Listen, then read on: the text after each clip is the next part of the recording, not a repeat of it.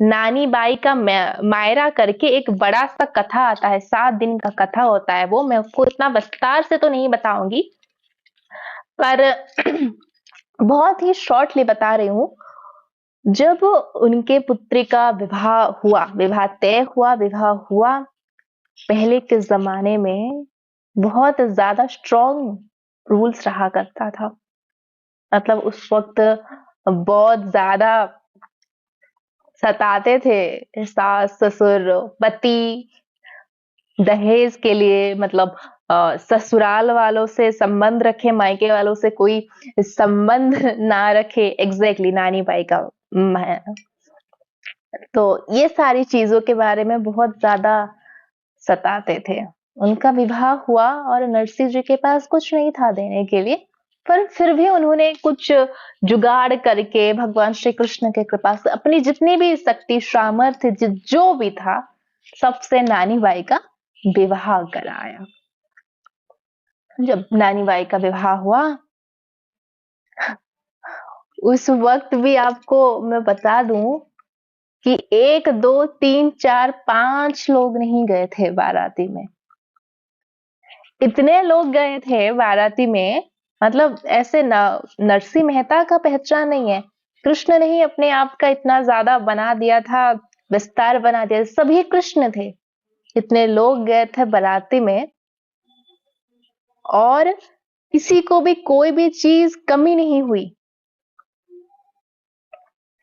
ससुराल पक्ष में से जो बाराती आए थे, मतलब एक संख्या बोली जाती है, 40-50 करोड़ लोगों का खाना वहां पर बन गया था नरसिंह मेहता जी के घर पे।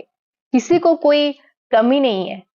मतलब खाना पीना सब कुछ है, उसके बाद एक एक सोना चांदी सब कुछ दिया जा रहा था। नरसिंह जी ऐसे करके उनका विवाह संपन्न हो गया। नानी बाई का विवाह संपन्न हुआ। उसके बाद जब नानी बाई अपने ससुराल में पहुंची, उनके सास ससुर ने बोला कि मायके के साथ कोई संबंध नहीं रखना है। उसके बाद से नानी बाई को इस तरीके से रेस्ट्रिक्शन लगाने के बाद वो कभी पलटकर अपने मायके की ओर नहीं देखी, और नरसिंह जी को भी अपमानित किया गया कि वो और नहीं आएंगे, बेटी के ससुराल में और नहीं आएंगे। तो पिता और पुत्री को अलग किया गया। जो बोलते हैं ना, जालिम जालिम सास ससुर कुछ भी बोलो, उस समय पिता और पुत्री को अलग किया गया। और इतने सालों तक अलग किया गया। जब नानी बाई का संतान हुआ, संतान होकर उनका विवाह का समय आ गया, उस वक्त उनको याद आ रही है नरसिंह मेहता की मायरा की। मायरा क्या, जब बेटी की शादी होती है तो वहां पर क्या होता है, लड़की को जो उनकी बेटी के जो बच्चे हैं उनके लिए मार्या भरा जाता है। मतलब उन्होंने क्या किया, एक लिस्ट तैयार कर दिया, मायरा मायरा का लिस्ट। वहां पर था मतलब सोने का घोड़ा, चांदी हीरा तोला, मतलब उनके नौकरों के लिए भी सोना चांदी, मतलब इतना ज्यादा लिख कर भेज दिया नरसिंह मेहता जी को। और बोला कि ये अगर ये सब देने में आप सक्षम हैं, तब आकर आप अपनी पुत्री को और उनके बच्चे को देख कर जाइए। जी बिल्कुल सही कहा आपने, भक्ति का विरोध करते थे, इसी वजह से ही वो ये सब कुछ कर पा रहे हैं।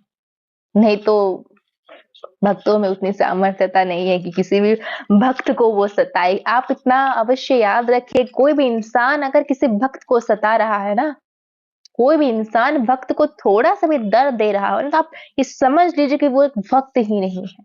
एक भक्त कभी दूसरे भक्त को तकलीफ नहीं दे सकता।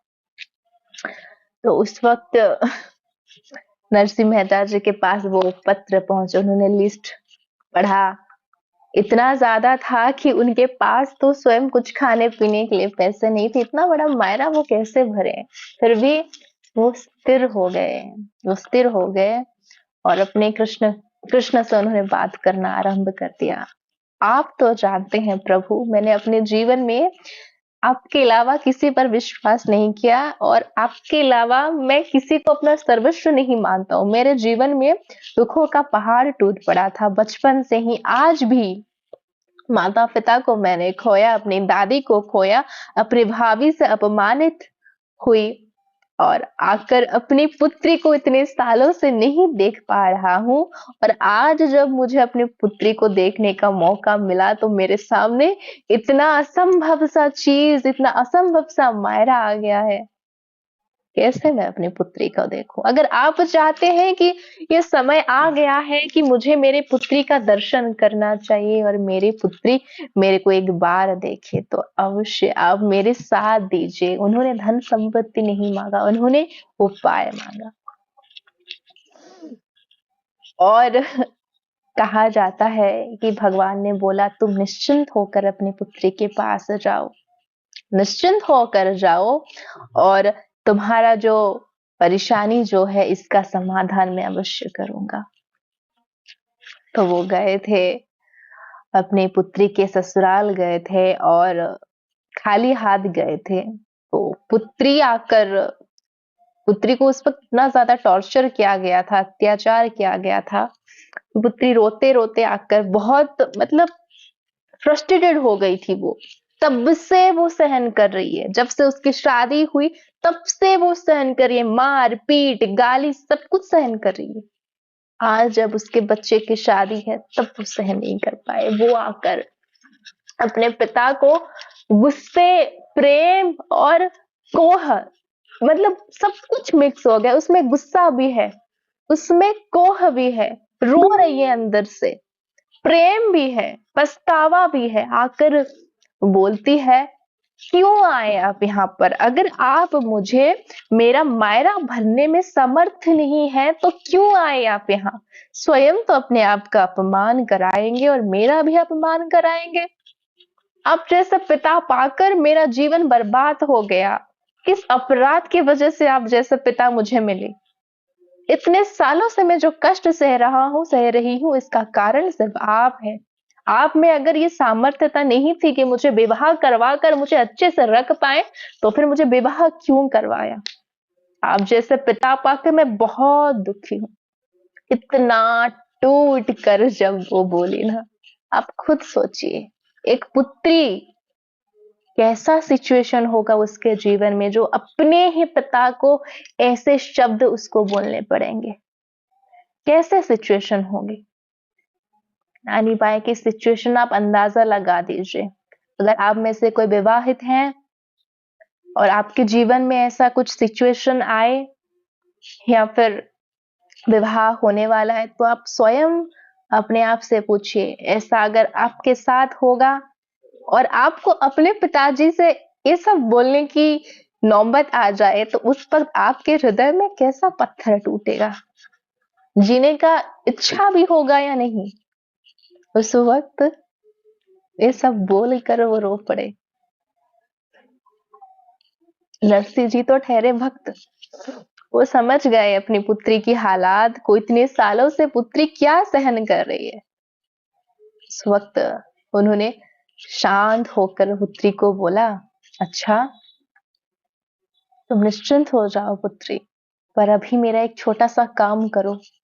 जाकर अपने ससुराल वालों से पूछ लो कि उनको और क्या क्या चाहिए। इसके बाद जो उन्होंने लिस्ट भेजा है, इसके बाद भी और अगर कुछ चाहिए तो मैं दे दूंगा। जब कोई इंसान इस प्रकार के भावना में होता है ना, तो मतलब वो जो डिप्रेशन वाला मोड है, उस वक्त ज्यादा से ज्यादा लोगों को सुसाइडल आत्महत्या करने की इच्छा होती है। और उनको पता था, वो इतने तो ज्ञानी थे, भक्ति से उनको जो ज्ञान मिली थी कि अगर अभी मैं अपनी पुत्री को किसी काम में एंगेज नहीं करता हूँ, किसी काम में उसको नहीं बताता हूँ तो फिर ये अवश्य अपने आप को कुछ कर देगी। तो उन्होंने अपनी पुत्री को काम दिया कि जाकर अपने ससुराल में पूछ कर आओ कि कुछ और चाहिए क्या। और उनको थोड़ा सा समय भी मिल गया अपने कृष्ण से बात करने का। तब उन्होंने अपने कृष्ण से बात किया, हे कृष्ण, आपके बोलने से, आपके विश्वास से ही मैं यहाँ पर आया हूँ। अब आप बताइए अभी करना क्या है? बोला जाता है भगवान श्री कृष्ण ने 50 करोड़ का मायरा भरा था वहां पर। 50 करोड़ का मायरा।